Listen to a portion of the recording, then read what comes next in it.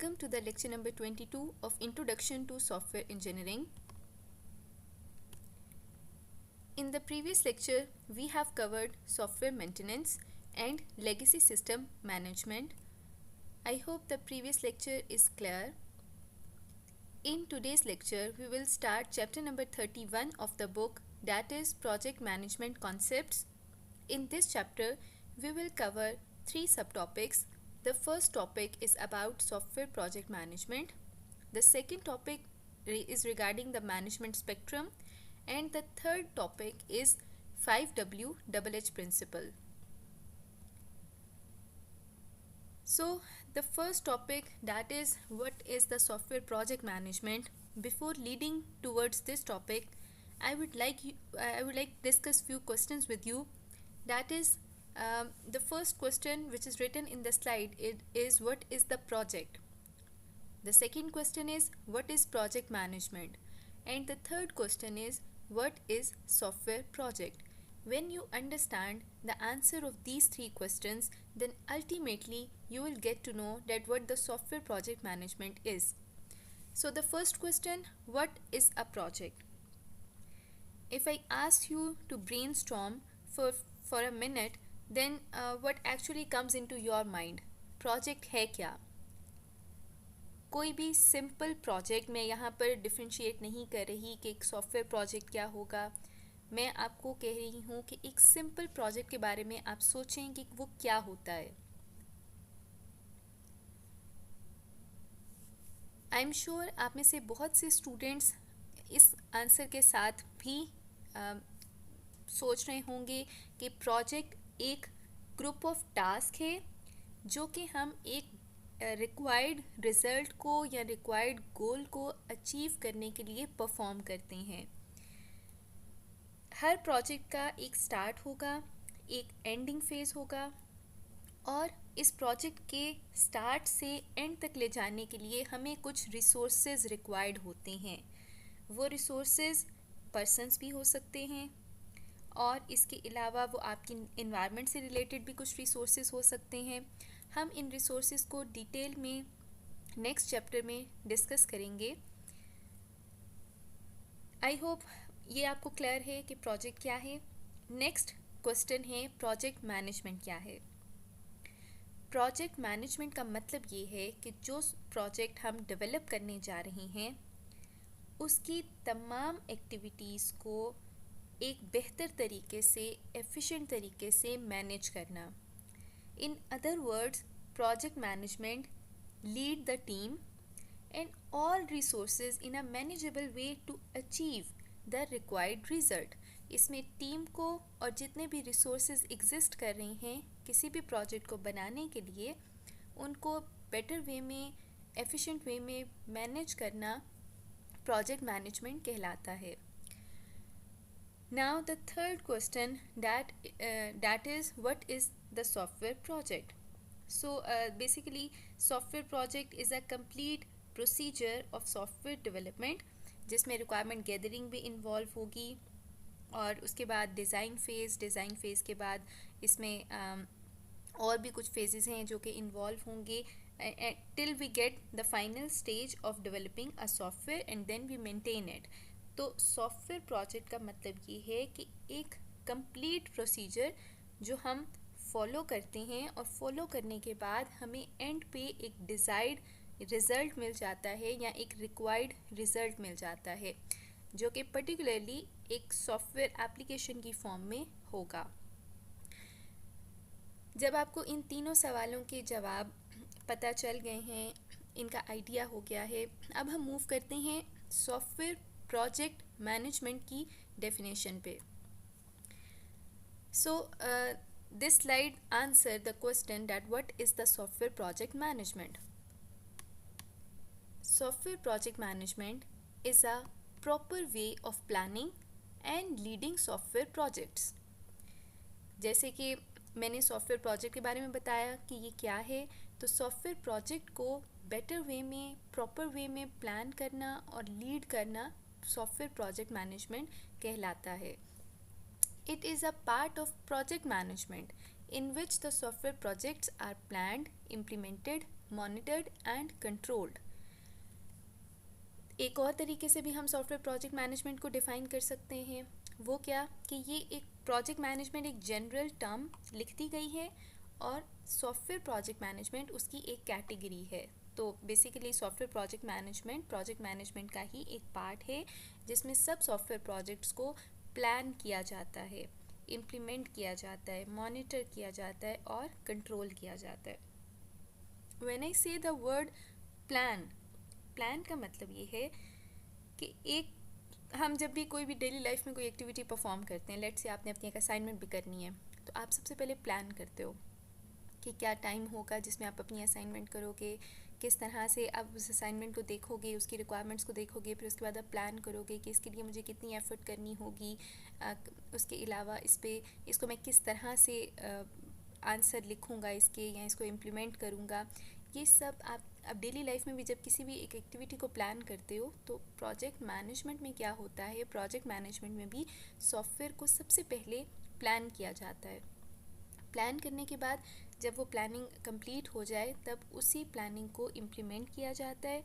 Implement करने के बाद एक मॉनिटरिंग टीम होगी या एक कोई फोकल पर्सन होगा जो इस पूरे प्रोजेक्ट को जो कि बिल्ड हो रहा है, डेवलप हो रहा है, इम्प्लीमेंट किया गया है, उसको वो साथ साथ मॉनिटर करेगा कि अगर कहीं पर भी कोई प्रॉब्लम है तो उसको फिक्स किया जा सके, उसको कंट्रोल किया जा सके।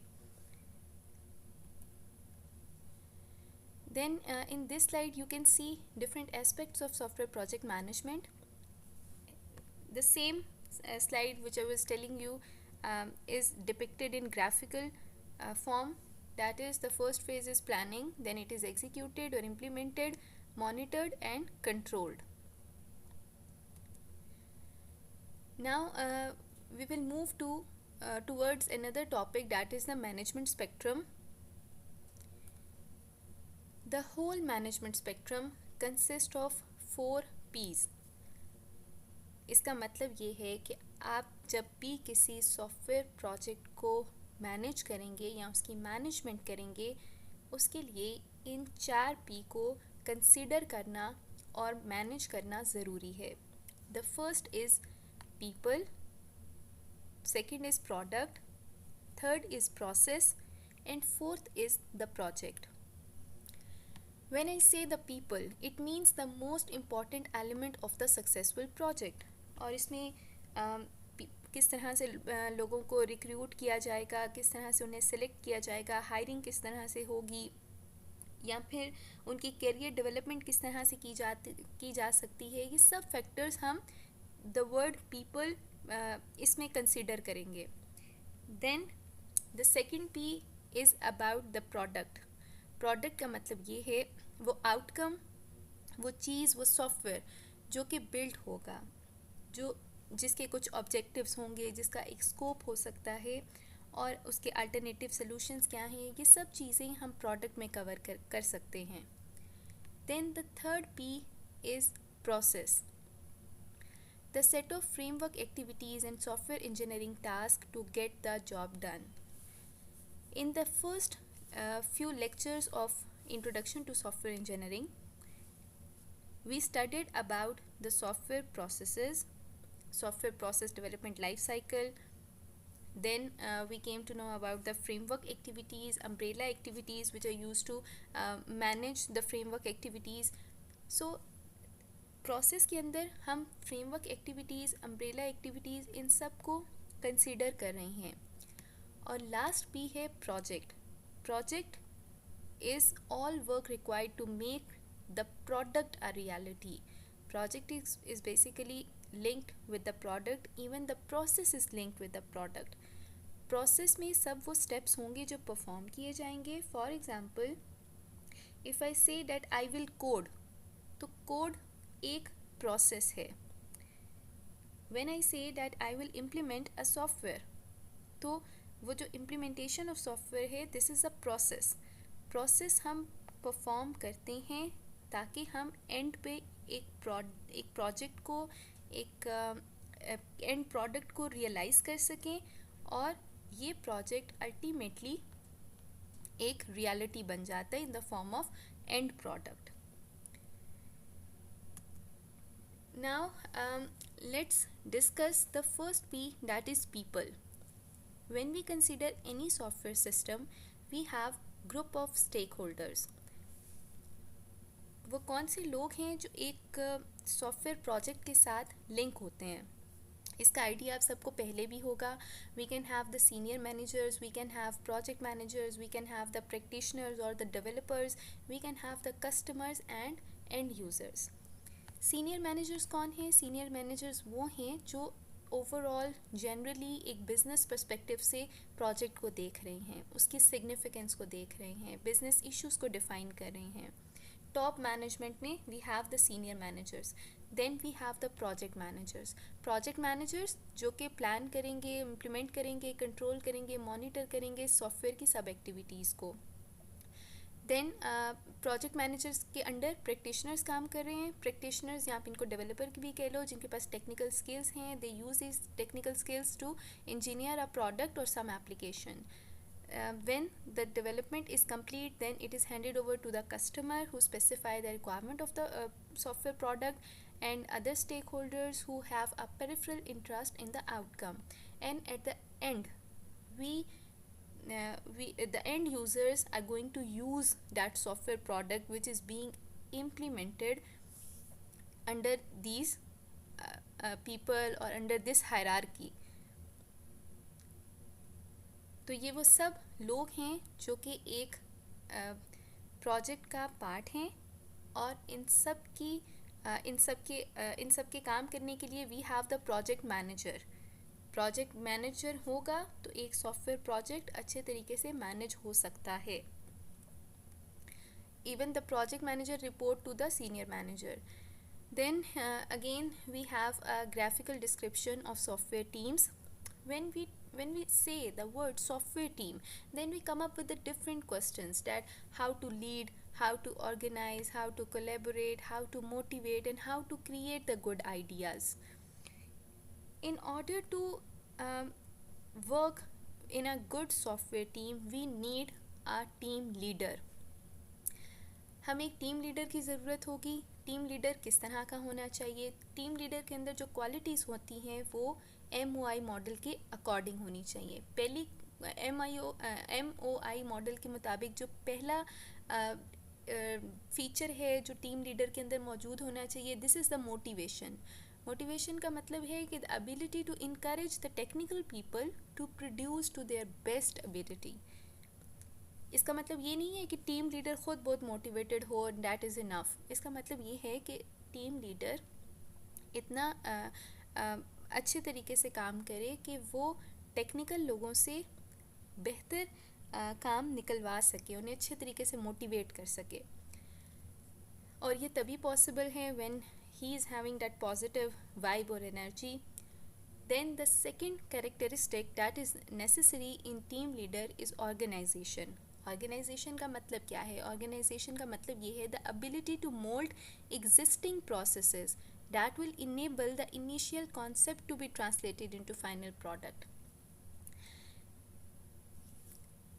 इसमें आप इस तरह से इसको डिफ़ाइन कर सकते हो कि जितने भी एग्जिस्टिंग प्रोसेस जिन पे एक सॉफ्टवेयर कंपनी काम कर रही है,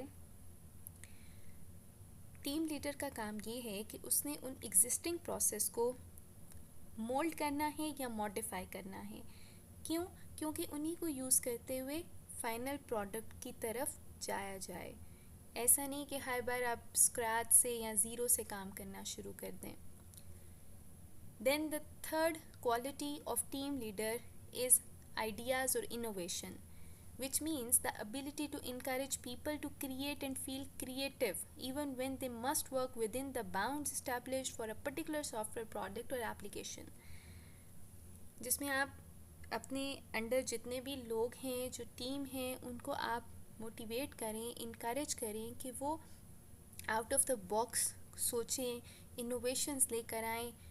चाहे उन पे टाइम लिमिट्स हैं, कॉस्ट की बाउंड्रीज हैं, still they can think creatively, they can come up with new ideas. Don't restrict them to do a particular thing. So these are the qualities according to the MOI model which must be present in a team leader so that he or she can lead a software team in a better way. Then here in this slide you can see the following factors which must be considered when selecting a software project team. जब भी कोई software project team select करनी हो तो उसमें कौन से factors include करने चाहिए कि आपकी प्रॉब्लम कितनी डिफ़िकल्ट है, आपके प्रोग्राम का क्या साइज़ है, कि उसकी लाइन ऑफ कोड या फंक्शन पॉइंट्स कितने ज़्यादा हैं या कम हैं, कितना टाइम है जो कि इस प्रोजेक्ट को इम्प्लीमेंट करने में लगेगा और इतनी देर ही आपकी पूरी टीम को साथ स्टे करना होगा. Then we also consider the degree to which the problem can be modularized, कि कितना पॉसिबल है कि हम उसके एक सॉफ्टवेयर प्रोजेक्ट के कितने मॉड्यूल्स बना सकते हैं. अगर हम मल्टीपल मॉड्यूल्स बना लेते हैं उसके तो एक कम से कम इस तरह की मॉड्यूलरिटी हो जो अचीव की जा सके, जो मैनेजेबल हो, जिस पे आपकी जो टीम है वो अच्छे तरीके से काम कर सके. Then we also consider the quality and reliability of the system, rigidity of the delivery date, यानी उसको हम पुश कर सकते हैं डिलीवरी डेट को या नहीं कर सकते, वो डिलीवरी डेट कितनी रिजिड है. Then we also consider the degree of sociability और communication required for the project. जब सॉफ्टवेयर प्रोजेक्ट डेवलप किया जाएगा तो कितना इम्पॉर्टेंट है कि एक दूसरे के साथ या डिफरेंट लोगों के साथ कम्युनिकेट किया जाए. जैसे लेट्स से अगर फेसबुक की एक एप्लीकेशन है which it needs the degree of सोशेबिलिटी, या ट्विटर एप्लीकेशन बना रहे हैं तो इसमें हमें ज़्यादा से ज़्यादा कम्युनिकेशन या फिर सोशेबिलिटी की ज़रूरत है. So it was a general overview of the things which need to be considered when we select a software team. Then we also have some organizational paradigms. Organizational paradigm का मतलब ये है कि हमें वो कौन से स्ट्रक्चर्स हैं जो कि हम फॉलो कर सकते हैं एक टीम को बिल्ड करने के लिए. We have 4 types according to this reference. The first is closed paradigm. It says that it structures a team along a traditional hierarchy of authority.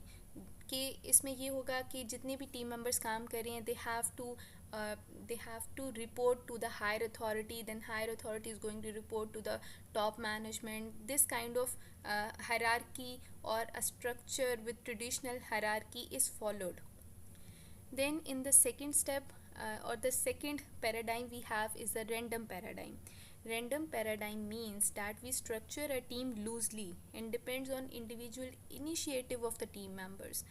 कि जिसमें इंडिविजुअल हम बात कर रही थी कि टीम लीडर आइडियाज़ और इनोवेशन को प्रमोट कर सकता हो. तो यही वाला जो फैक्टर है टीम लीडर ने लेके आना है टीम के अंदर when he is going to use the random paradigm. इसका मतलब ये है कि वो टीम को बिल्कुल बाउंड नहीं कर रहा, फिक्स नहीं कर रहा एक दूसरे के साथ.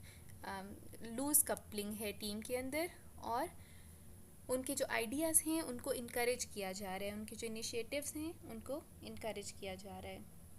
Then in the third paradigm that is the open paradigm. Open paradigm is a mixture of closed and random where depending on the environment आप कुछ टीम मेंबर्स को एक दूसरे के साथ बाउंड रखते हैं और कुछ टीम मेंबर्स को लूजली कपल कर देते हैं. And in the last or fourth paradigm, that is the synchronous paradigm, relies on the natural compartmentalization of the problem and organize the team members to work on pieces of the problem with little active communication among themselves. आप software को simply different modules में divide कर दें और उसके बाद तमाम जो टीम मेंबर्स हैं वो इन मॉड्यूल्स पे काम कर रहे होंगे बट लिटिल कम्युनिकेशन उनके दरमियान हो रही होगी. So here is another type of software team, that is the agile team.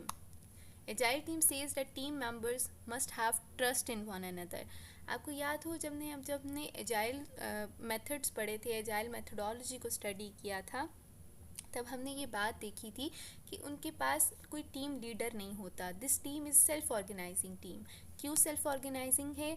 क्योंकि वो एक अडेप्टिव टीम स्ट्रक्चर को फॉलो कर रहे हैं, वो रैंडम, ओपन और सिंक्रोनस पैराडाइम को फॉलो कर रहे हैं और उनके दरमियान सिग्निफिकेंट ऑटोनॉमी है। इसका मतलब ये हुआ कि वो किसी भी एक्सटर्नल रिसोर्सेज पे डिपेंड नहीं कर रहा है। इन शॉर्ट, वो टीम खुद ही अपने आप को मैनेज करी है, अडेप्टिव है और दे कैन लूजली कपल। उसके अलावा वो मिक्सचर हैं दोनों का और मॉड्यूलराइजेशन भी करें, जैसा कि हम पीछे कुछ जो भी हमने ऑर्गेनाइजेशनल पैराडाइम स्टडी किए हैं वो सब एजाइल टीम फॉलो कर रही है।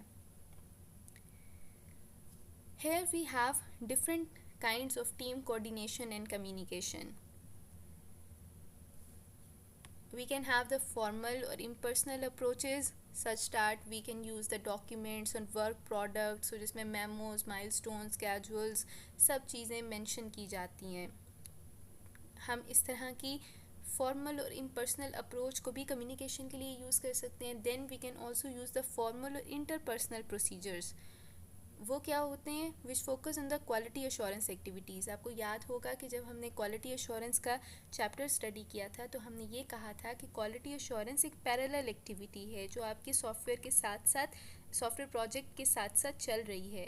क्यों? क्योंकि ये आपकी प्रोजेक्ट की क्वालिटी को इंश्योर करना चाहती है। तो क्वालिटी एश्योरेंस एक्टिविटीज़ जब हम परफॉर्म कर रहे होते हैं या जब ये फॉर्मल और इंटरपर्सनल प्रोसीजर यहाँ पे अप्लाई हो रहे होते हैं तो हम कुछ रिव्यू मीटिंग्स और डिज़ाइन और कोड इंस्पेक्शन इस तरह की एक्टिविटीज़ परफॉर्म कर रहे होते हैं। Then we have the informal interpersonal procedures, जिसमें क्या होगा, ग्रुप मीटिंग्स होंगी। जो लोग काम कर रहे होंगे वो आपस में इकट्ठे होंगे, एक दूसरे की प्रॉब्लम्स के बारे में बात करेंगे, उनके सॉल्यूशंस के बारे में बात करेंगे। रिक्वायरमेंट डेवलपमेंट स्टाफ आपस में बैठेगा, एक दूसरे के साथ कम्युनिकेट करेंगे।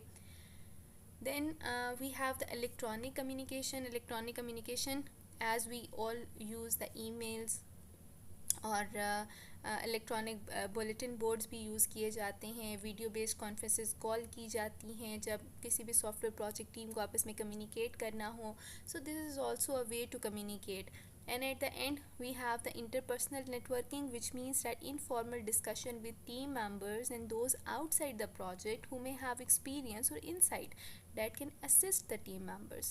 So ये एक interpersonal networking है। अभी हम सॉफ्टवेयर प्रोजेक्ट टीम के बाहर के लोगों को भी इसमें कंसीडर करें, जिनसे हम बात कर सकें, जिनके एक्सपीरियंसेस को हम यूज़ कर सकें। Now we end with the people and we will move towards the product. When we talk about the product, the first thing which comes into your mind is scope. Scope का क्या मतलब है?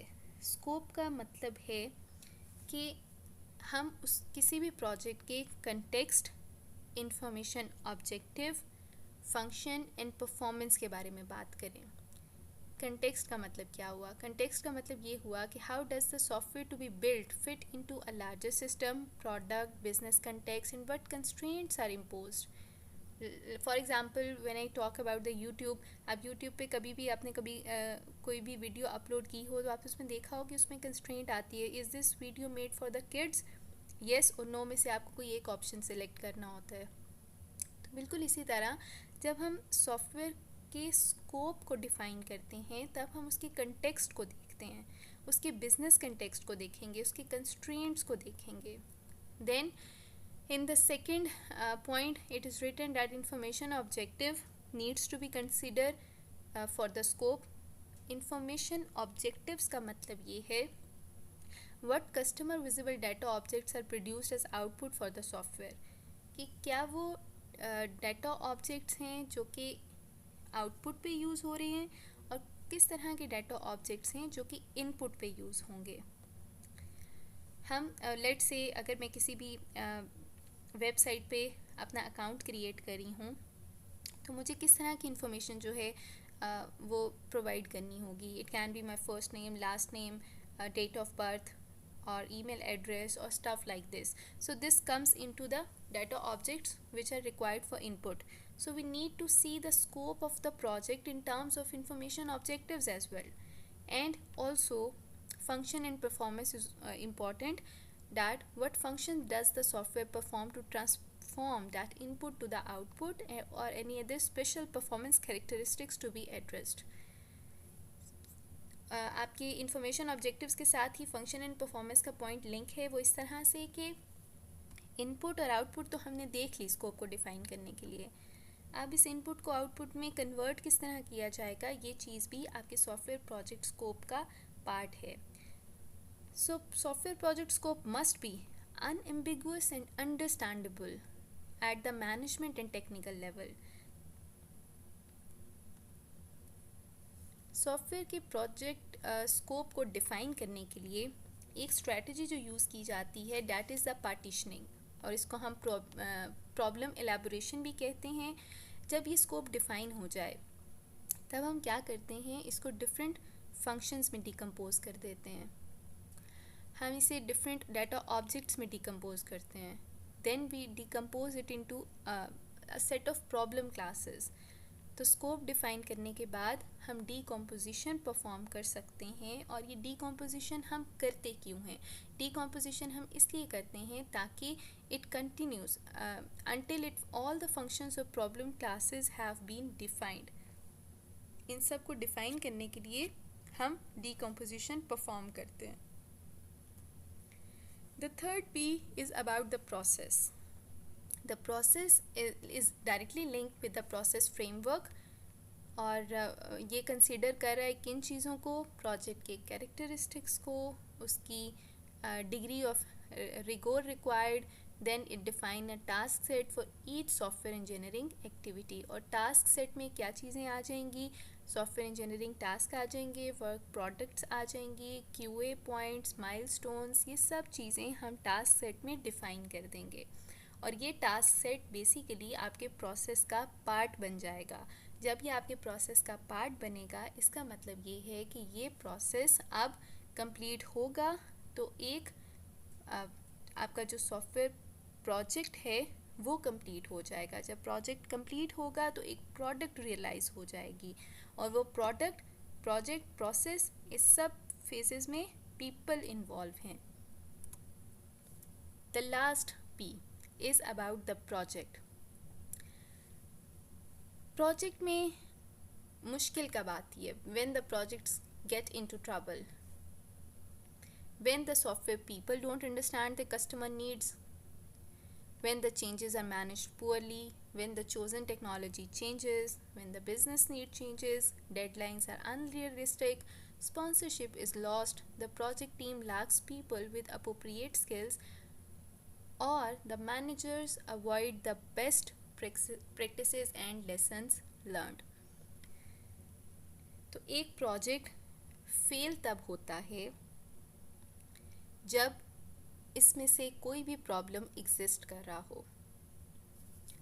अब let's say हमने एक project लिया है customer से और कस्टमर ने हमें कहा कि ये प्रोजेक्ट आप मुझे 2 हफ्ते में बना के दो। 2 हफ्ते में तो इस प्रोजेक्ट को डेवलप करना पॉसिबल ही नहीं है। तो जब डेडलाइन अनरियलिस्टिक होगी इसका मतलब ये है कि ये सॉफ्टवेयर प्रोजेक्ट एक फेलियर बन जाएगा।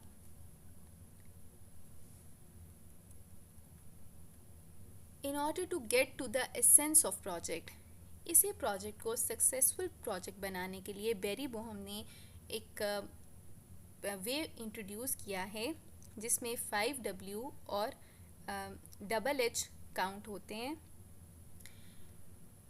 ये प्रोसेस बेसिकली हम सॉफ्टवेयर प्रोजेक्ट प्लानिंग के टाइम पे इंट्रोड्यूस करते हैं ताकि प्रोजेक्ट फेल ना हो। अब इसमें किस किस्म के क्वेश्चंस हैं जो कि इंक्लूडेड हैं? Why is the system being developed, कि एक सॉफ्टवेयर सिस्टम जो आप बनाने जा रहे हैं वो क्यों डेवलप करना है, उसकी क्या ज़रूरत है, क्या वाकई उसकी ज़रूरत है कि नहीं।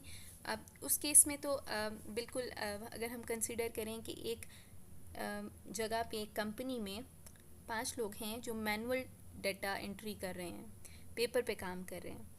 अगर हम वो काम सॉफ्टवेयर से ले लेते हैं और वो 5 लोगों को जो वेजेस जा रही हैं अब सॉफ्टवेयर पे काम करके सिर्फ एक ही शख्स को मिल रही हैं, हमने अपने काम को एफिशिएंट बना लिया, हमने उसकी डिपेंडेंसी को इररेलेवेंट या इलॉजिकल डिपेंडेंसी को ख़त्म कर दिया। इसका मतलब कि उस सिस्टम के बनाने की वाकई ही ज़रूरत थी।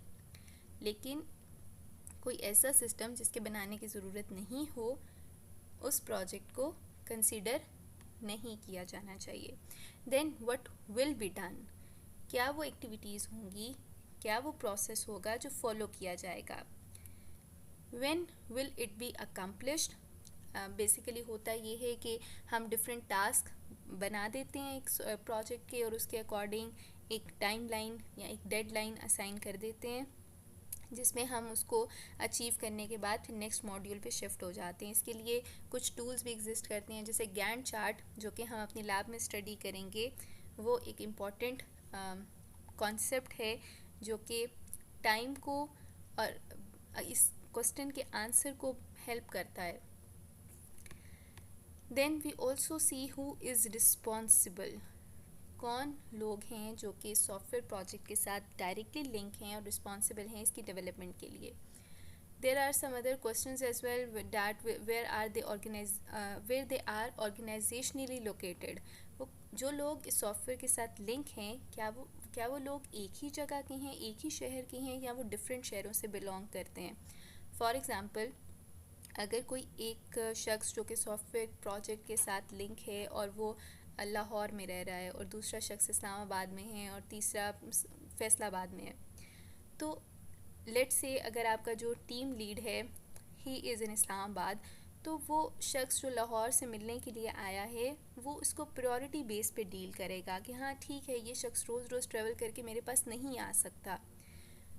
तो इस तरह की चीज़ों को भी हम प्रोजेक्ट के सक्सेसफुल बनाने में कंसिडर करते हैं। इस क्वेश्चन के आंसर के लिए हम इसे कंसिडर करते हैं। Then we have to edge, that is double edge. The first edge says that how will the job be done technically and managerly. आप जो सॉफ्टवेयर प्रोजेक्ट बनाने जा रहे हैं, टेक्निकली आप उसको किस तरह से इम्प्लीमेंट करोगे, कौन सी प्रोग्रामिंग लैंग्वेज यूज़ करोगे, डेटाबेस कौन सी इस्तेमाल करोगे, मैनेजरली उसको किस तरह से एक्टिव किया जाएगा, किस तरह से उसकी सारी एक्टिविटीज़ परफॉर्म की जाएंगी। तो ये सब चीज़ें भी आंसर की जाएं, then we can have a successful project. And at the end, how much of each resource will be needed.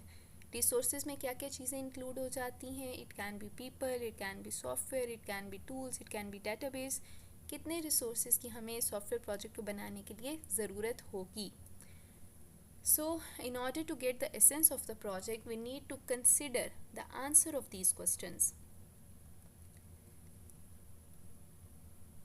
So, in this lecture, we studied about the software project, the management spectrum, and 5W and 2H or double H.